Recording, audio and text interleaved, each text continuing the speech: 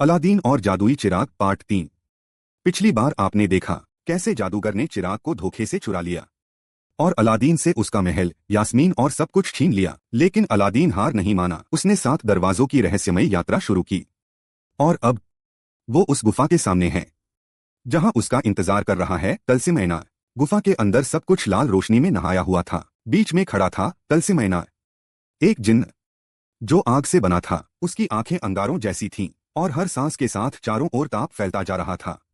तलसिमेनार ने अलादीन को देखा और कहा, तेरा स्वागत है, लेकिन ये स्वागत तुझे जिंदा नहीं जाने देगा। अलादीन ने दृढ़ स्वर में कहा, मैं यास्मीन को लेने आया हूँ और चिराग को वापस पाने भी। दूर एक महल में जादूगर एक मंत्र पढ़ रहा था। उसका इरादा था चिराग को फोड़कर जिन्न की आत्मा को खुद के अंदर समाहित करना। यास्मीन एक कांच के पिंजरे में बंद थी। उसके पास कुछ नहीं था सिवाय एक उम्मीद के कि अलादीन आएगा। वो धीरे से बोली, अगर वो मेरा सच्चा प्रेम है तो वो जरूर आएगा। सूफी बाबा का दिया नक्शा चमकने लगा। उसमें 7 बिंदु थे। हर बिंदु एक दरवाजे की ओर इशारा कर रहा था। ये 7 दरवाजे थे: भ्रम का दरवाजा, भय का दरवाजा, लोभ का दरवाजा, त्याग का दरवाजा, प्रेम का दरवाजा, क्षमा का दरवाजा, आत्मज्ञान का दरवाजा। हर दरवाजे पर एक परीक्षा थी और अगर अलादीन एक भी असफल होता तो वो वापस नहीं लौट पाता। पहला दरवाजा खुला। अलादीन को दिखा एक झूठा भविष्य जिसमें यास्मीन जादूगर की पत्नी बन चुकी थी। वो डगमगाया, पर फिर बोला, ये मेरा डर है, सच नहीं। दरवाजा टूट गया। दूसरा दरवाजा खोला। वहां उसे अपनी मौत दिखी। तलसिमैनार उसकी राख बना चुका था, लेकिन वो चिल्लाया, मेरी जान जाए तो जाए, यास्मीन को बचाऊंगा। और दरवाजा गायब हो गया। तीसरे दरवाजे में उसे दिखा एक और चिराग जो उससे कहा, मुझे रगड़ो, मैं तुझे अमर बना दूंगा। पर अलादीन मुस्कराया और बोला, मैं अमर नहीं बनना चाहता, मैं सच्चा बनना चाहता हूं। वो आगे बढ़ा। अब चौथा दरवाजा था त्याग। उसे उसकी मां की छवि दिखाई गई जो बोली, बेटा वापस लौट आ, मुझे तेरी जरूरत है। अलादीन रो पड़ा, लेकिन कहा, अगर मैं अब रुका तो कभी लौट नहीं पाऊंगा। और वो दरवाजा भी पार हो गया। अगला दरवाजा खुला और वहां खड़ी थी यास्मीन। लेकिन ये असली नहीं थी, ये एक परीक्षा थी। यास्मीन ने कहा, अगर मैं कहूं कि मैं तुझसे प्यार नहीं करती तब भी तू आएगा। अलादीन रुका, आंसू भरी आंखों से बोला, अगर तू मुझसे नफरत भी करने लगे तो भी तुझे बचाने आऊंगा, क्योंकि मेरा प्रेम स्वार्थ नहीं, समर्पण है। दरवाजा स्वतः टूट गया। अब अगला दरवाजा था क्षमा का।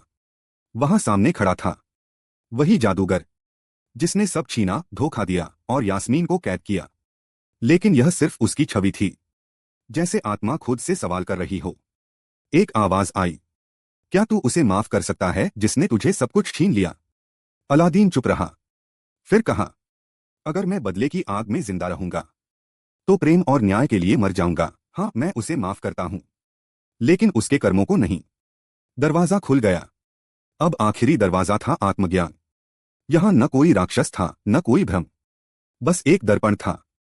उसमें अलादीन खुद को देख रहा था, लेकिन एक साधारण लड़का, गरीब, टूटी चप्पल और धूल भरे कपड़े में।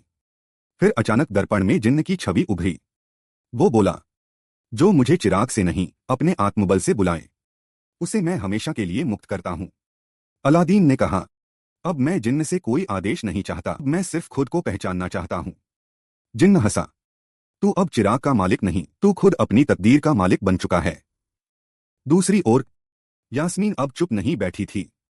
उसने जादूगर की किताबें पढ़ ली थीं और एक रहस्यमयी मंत्र को याद कर लिया। वो धीरे धीरे अपने कैद से मंत्रों के जरिए बाहर निकलने लगी। उसने एक मंत्र बोला, तलसिमैनार, मैं तुझे बुलाती नहीं, तेरे आग को रोकती हूं। एक आग की दीवार फूट पड़ी और तलसिमैनार बौखला उठा। उसी वक्त अलादीन उस किले के पास पहुंचा। आग और प्रेम का टकराव अब शुरू होने वाला था।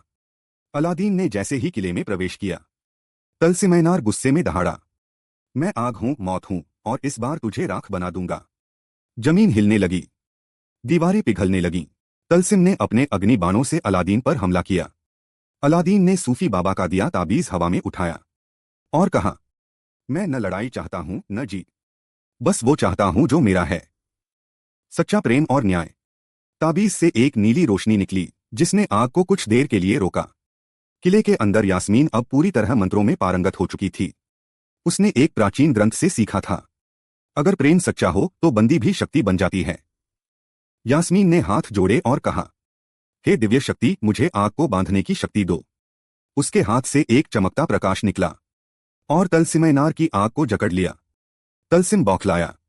एक स्त्री मुझे रोक रही है? यास्मीन बोली, हाँ, क्योंकि मैं सिर्फ एक राजकुमारी नहीं, मैं प्रेम की रक्षा करने वाली शक्ति है। अब जादूगर स्वयं प्रकट हुआ। उसने चिराग को फोड़ने के लिए मंत्र पढ़ना शुरू किया। ओ अग्नि, ओ अंधकार, चिराग का बल अब मुझ में समा जाए। पूरा आसमान काला हो गया। जिन्न कराह उठा, मुझे बचाओ। अगर ये मंत्र पूरा हुआ तो मैं नष्ट हो जाऊंगा। अलादीन चिल्लाया, बस करो जादूगर। लेकिन जादूगर हंसता रहा, अब कोई नहीं बचा सकता तुम्हें। जादूगर मंत्र पूरा करने ही वाला था कि अलादीन दौड़ता हुआ आया और चिराग को खुद की छाती से चिपका लिया। वो बोला, अगर इस चिराग को तोड़ना है तो पहले मुझे तोड़ना होगा। जिन्न की आंखों से आंसू निकल पड़े। एक तेज धमाका हुआ। चिराग की रोशनी चारों ओर फैल गई। जादूगर चीखता रहा और अंततः भस्म हो गया। तलसिमैनार भी उसी आग में जल गया। पर अलादीन जमीन पर बेहोश पड़ा था। यास्मीन दौड़ी, अलादीन, आंखें खोलो। एक धीमी आवाज आई, मैंने वादा किया था, तुम्हें बचाऊंगा। अलादीन जमीन पर निढाल पड़ा था। यास्मीन उसकी गोद में बैठकर रो रही थी। तुमने मेरे लिए सब कुछ छोड़ दिया, क्या अब हम फिर कभी साथ होंगे? तभी जिन्न धीरे से प्रकट हुआ। उसके हाथों में चमक रही थी चिराग की अंतिम लौ। वो बोला, अब मेरा बंधन समाप्त होने वाला है, लेकिन इससे पहले एक अंतिम चमत्कार कर सकता हूं। उसने अपना हाथ अलादीन के सीने पर रखा और अपनी ऊर्जा उसे दे दी।